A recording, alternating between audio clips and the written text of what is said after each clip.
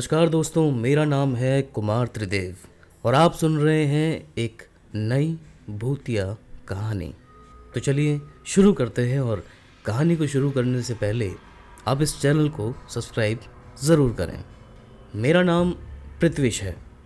मेरी उम्र 21 साल की है, लेकिन मुझे 3 साल की उम्र से ही डरावने सपने आते हैं। माँ कहती थी कि मैं बचपन से ही नींद में दौड़ने और भागने की कोशिश करता था और चीखता चिल्लाता था। जब मैं 18 का हुआ तो स्लीप पैरालिसिस होने लगा मुझे। नींद में ही ऐसा लगता जैसे कोई मुझ पर हावी हो रहा हो। मेरा हाल ऐसा हो गया था कि नींद कितनी भी आए सोना ना पड़े, बस यही कोशिश करता था। और फिर शुरू हुआ वो एक सपना जो रोज़ रात मुझे पागल कर देता था। सपने में ही सूखी पत्तियों पर चलता हुआ अंधेरे में चल रहा होता था। अचानक गर्मी बहुत बढ़ने लगती थी। धीरे धीरे अंधेरे को चीरते हुए एक भयानक सी आग चारों तरफ उस घने जंगल में फैलने लगती थी। सूखी पत्तियां जिन पर मैं चल रहा होता था, उन पर वो आग ऐसे दौड़ती जैसे पानी में पत्थर मारने पर कोई मछली भागती है। मैं उस आग से बचने की और भागने की कोशिश करता, लेकिन वो आग मुझे धीरे धीरे चारों तरफ से घेर लेती। फिर मैं अचानक जंगल में नहीं बल्कि अपने स्कूल की रेस में भाग रहा होता था। पर इस रेस में मैं अकेला था। पूरा मैदान लोगों से खचाखच भरा था, पर कोई आवाज़ नहीं होती थी सिवाय मेरी भारी होती सांसों की और रुकी हुई धड़कनों के। ये रेस ख़त्म हो जाती, लेकिन फिर भी मैं भागता रहता। लाख कोशिश करके भी मैं रुक नहीं पाता।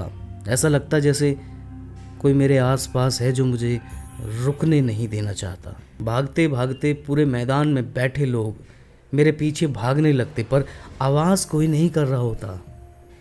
जैसे जैसे ये भीड़ मेरे पास आती, मैं उस मैदान से भागते भागते अचानक खुद को ट्रैफिक जाम में फंसा पाता। वो मैदान जितना शांत था, उतनी ही आवाज़ इस ट्रैफिक जैम में थी। चारों तरफ हॉर्न का बजना, गाड़ियों के इंजन का शोर और धुआं। तभी उस बीच मेरा फ़ोन बजता। फ़ोन हॉस्पिटल से आया था। इस फ़ोन से मुझे पता चला कि माँ की तबीयत बहुत ख़राब है। मुझे जितनी जल्दी हो सके हॉस्पिटल पहुँचना है। मैं माँ के पास पहुँचने के लिए भागने लगता हूँ और गाड़ियों के बीच ट्रैफिक में फंस जाता हूँ। उस जाम से आगे निकलकर खुली सड़क पर मैं फिर भागने लगता हूँ और भागते भागते मेरी आँख खुलती है तो खुद को देखकर मैं रोने लगता हूँ, क्योंकि मैं दौड़ नहीं सकता, मेरे पैर ही नहीं हैं। स्कूल में जब था तब मैंने एथलेटिक्स में पार्टिसिपेट किया था। एक एक करके सारी रेसें हो रही थी। पापा अपने बिजनेस की मीटिंग की वजह से आ नहीं पाए और माँ की तबीयत खराब थी। मेरी रेस का वक्त हुआ तब चुपचाप रेस की जगह पर चला गया और गो का शॉट होते ही मैं तीर की तरह भागा। सब लोग मुझसे काफ़ी पीछे थे। मैं बहुत आराम से जीतने वाला था। मैं इतनी तेज़ भाग रहा था कि मैं खुद को रोक नहीं पा रहा था और जैसे ही रुकने के लिए खुद को संभालने की कोशिश की तो ऐसा लगा जैसे किसी ने पीछे से मुझे धक्का मारा।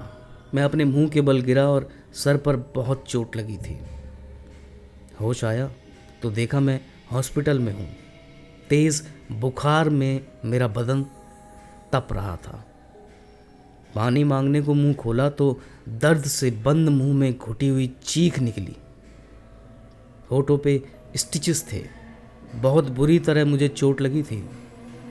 मेरे बिस्तर के पास ही चेयर पर बैठा एक लड़का मुझे देख रहा था, लेकिन उसके चेहरे पर ना तो कोई हंसी थी और ना कोई दुख। उसका चेहरा बिल्कुल एक सफ़ेद पन्ने के जैसा था। मैं उसे जानता नहीं था। मेरा मुंह भी सिया हुआ था तो कुछ बोल नहीं पा रहा था।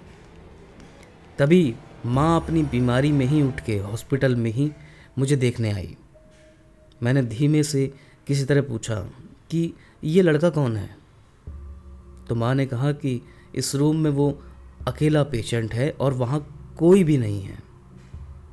मेरे बार बार पूछने पर माँ और डॉक्टर्स को लगा कि सर पर चोट लगने से मैं थोड़ा मेंटली डिस्टर्ब हूँ।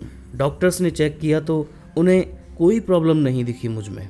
हॉस्पिटल से डिस्चार्ज हुआ तो साइकेट्रिस्ट को भी दिखाया। मैं बाहर से तो ठीक था, लेकिन अंदर ही अंदर मैं जान गया था कि मेरे बचपन के सपने अब सच होने वाले हैं, क्योंकि उस दिन हॉस्पिटल से ही मेरी ज़िंदगी में आ चुका था वो। शायद मेरी बातें सुन के लोग मुझे पागल समझें, लेकिन उस रात जब मैं कमरे में लेटा था तो ऐसे ही करवट बदलते वक्त मेरी आंख खुली। मैंने उसे दीवार के पार आते देखा। मैं उठ के झटके से अपने बिस्तर पर बैठ गया, लेकिन वो दिखा नहीं मुझे। पर उसी वक्त ऐसा लगा जैसे मुझे किसी ने वापस बिस्तर पर पटक दिया हो। मेरी उम्र 18 साल की थी और उस दिन से मेरी स्लीप पैरालिसिस की दिक्कत शुरू हुई। मैं सब महसूस कर पा रहा था, लेकिन हिल नहीं पा रहा था और ना ही बोल पा रहा था। घुटी हुई चीखें मेरी हलक में दब के रह जा रही थीं। मैं लाख कोशिशों के बावजूद सिवाय अपनी आंखों के पुतलियों के हिलाने के अलावा और कुछ नहीं कर पा रहा था। मेरी घुटी हुई चीखों के बीच ठंड में मेरा कंबल मुझ पर से धीरे धीरे हट गया। पूरी रात मैं ठंड में कांपता रहा और अचानक ऐसा लगा जैसे कोई मेरे शरीर पर हावी हो गया है। ना ही मैं कुछ बोल पाया और ना ही मैं कुछ कर पाया, पर सुबह की पहली किरण के साथ ही मैं वापस ठीक हो गया था। ऐसा रोज़ होता है मेरे साथ। मैं अंधेरे से डरने लगा था, रात को लाइट जलाकर सोता था। जितनी भी बार मैंने माँ पापा को बताने की कोशिश की तो माँ को ऐसा लगा जैसे मैं पागल हो रहा हूँ, और पापा को तो अपने बिजनेस के अलावा कुछ दिखाई नहीं देता था। एक रात मैं एग्ज़ाम से पहले अपने बिस्तर पर बैठा बैठा ही सो गया। माँ मुझे देखने आई तो मुझे बिस्तर पर अच्छी तरह से लेटाकर कमरे से बाहर निकलते वक्त उन्होंने लाइट बंद कर दी। लाइट बंद होते के साथ ही मेरी आँख खुल चुकी थी। दरवाज़ा मेरी आंखों के सामने धीरे धीरे बंद होते होते अचानक से रुक गया था। ये आंखें जानी पहचानी थीं। मैं हर रात ये बर्दाश्त नहीं कर सकता था। मैं पीछे वाले दरवाजे से उठकर बाहर की तरफ भागा और भागते भागते पुराने पार्क वाले रोड पर चला गया। मैं जानता था कि सिगरेट पीना मौत को खुद बुलाने जैसा है, लेकिन छुप छुप कर सिगरेट पीने की आदत पड़ चुकी थी मुझे। मैंने सिगरेट पी के पीछे फेंक दी और लैंप पोस्ट के सहारे खड़ा गहरी सांस लेकर रोता जा रहा था कि तभी अचानक पीछे से जलने की बू आई। पलट के देखा तो पुराने पार्क के पत्तों और कचरे में आग लगी थी। ये आग तेज़ी से मेरी तरफ बढ़ती जा रही थी और मैं भाग रहा था, और भागते भागते मुझे समझ आ चुका था कि मुझे क्या करना है। मैं उसी पीछे के दरवाजे से अंदर घुसा और कमरे की लाइट ऑफ करके चुपचाप लेट गया। उसके बाद वही हुआ जो हर रात मेरे साथ होता है। सुबह उठते के साथ ही सब कुछ ठीक हो चुका था। फाइनल एग्ज़ाम से पहले स्कूल की तरफ से एक आखिरी इंटर स्कूल एथलेटिक्स टूर्नामेंट खेलने गया था मैं। वहाँ पर कोई दिक्कत नहीं हुई, 4 गोल्ड मेडल भी जीते, लेकिन पूरे वक्त मुझे ऐसा लग रहा था जैसे कोई है जो मुझे देख रहा है, मुझे फॉलो कर रहा है, मेरी वापसी का इंतज़ार कर रहा है। वापसी के वक्त हमारी स्कूल बस एक ट्रैफिक जाम में फंसी हुई थी कि तभी मेरे पास एक फ़ोन आया। ये फ़ोन एक हॉस्पिटल का था। पता लगा कि माँ एडमिट थी और बहुत ज़्यादा सीरियस थी। पापा को पहुंचने में 3 घंटे लगने वाले थे, क्योंकि वो किसी बिजनेस मीटिंग के लिए बेंगलोर गए हुए थे। मैं जानता था कि इस ट्रैफिक से निकलने में बहुत टाइम लगेगा, तो मैंने बस से उतर के भागना शुरू किया। हॉस्पिटल वहाँ से 30 मिनट की दूरी पर ही था। मोड़ पर पहुँचते पहुँचते ही सिग्नल खुल गया और गुजरते ट्रैफिक में एक गाड़ी ने मुझे टक्कर मारी और मैं 20 सड़क पर ही गिर पड़ा। एक कार मेरी आंखों के सामने डिसबैलेंस होते हुए बहुत करीब से किसी चीज़ पर से गुजरी। दर्द तो बहुत हुआ, लेकिन मैं बेहोश हो चुका था। मेरी आंख खुली तो मुझे पता चला कि मेरे डैड जिस प्लेन में ट्रैवल कर रहे थे वो प्लेन क्रैश हो गया और माँ इस दुनिया में नहीं थी। और इस सच्चाई से भाग पाने के लिए। मेरे पास पैर नहीं थे, वो कार मेरे पैर के ऊपर से निकल चुकी थी। मेरा भी इस दुनिया में जीने का कोई मतलब समझ नहीं आ रहा था मुझे।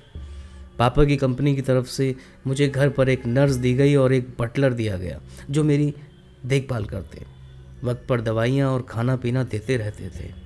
लेकिन जब जीना ही ना चाहे कोई तो भूख प्यास कहाँ से होगी उसे। एक मशीन की तरह जी रहा था मैं। पढ़ाई लिखाई सब कुछ छोड़ दी, दिन भर बस घर में ही पड़ा रहता। माँ की याद आती और अपना ही हंसता हुआ चेहरा भूल गया था। एक रात की बात है, काफ़ी दिन हो गए थे। मुझे नींद में कोई दिक्कत नहीं होती थी। अब लाइट ऑफ करने पर भी कोई परेशानी नहीं होती थी और अब डरावने सपनों का भी आना बहुत कम हो गया था। लेकिन इन सब के बावजूद ज़िंदगी में अकेलेपन से तंग आ गया था मैं। नर्स खाना खिला के दवाई देकर चली गई और मैं चुपचाप कमरे में एक लाश की तरह बैठा हुआ था। बैठे बैठे ही सोचा कि आज सब दर्द को एक झटके में ही ख़त्म कर दूंगा। मैंने हाथ बढ़ाकर टेबल पे पड़ा हुआ फल काटने वाला चाकू उठाया और अपनी कलाई पर रख कर काटने ही वाला था कि तभी एक बार फिर से वही बच्चा दिखाई दिया। लेकिन इस बार वो पहली बार मुझे मुस्कुराता हुआ दिख रहा था। मैं अपनी कलाई काटूं इससे पहले ही उसने मेरा हाथ पकड़ लिया और इतनी ज़ोर से मरोड़ा कि चाकू मेरे हाथ से छूटकर नीचे गिर गया। मैं बिना पैरों के हाथों के बल घिसट रहा था, लेकिन चाकू के पास नहीं पहुंच पा रहा था। शायद उसे मुझे जिंदा और दर्द में देखकर बहुत ज़्यादा खुशी मिल रही थी। मैं ऐसे ही घिसटते हुए नीचे गिर गया और टेबल के सारे ड्रॉर्स को खोल खोल कर चेक कर रहा था कि कहीं कुछ मिल जाए तो अपनी ज़िंदगी ख़त्म कर लूँ आज। तभी एक डायरी पर नज़र पड़ी। खोल कर देखा तो ये मेरी माँ की डायरी थी।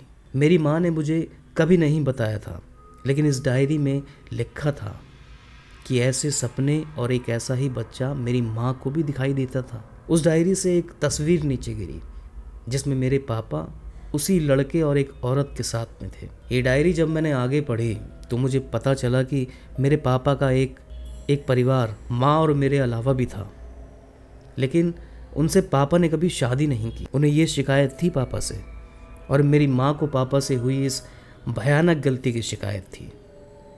दोनों ने ही पापा से दूर जाने की कोशिश की, लेकिन माँ मेरी वजह से और वो औरत उस लड़के की वजह से कभी अलग नहीं हुए।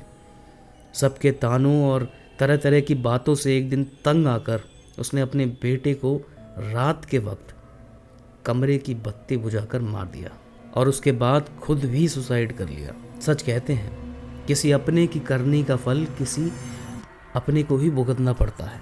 तो दोस्तों, ये थी आज की एक हॉरर और थ्रिलर स्टोरी। अगर आपको मेरी कहानियाँ पसंद आती हैं तो मेक श्योर आप चैनल को सब्सक्राइब करना ना भूलें। मिलते हैं अगली कहानी के साथ, तब तक के लिए जय हिंद।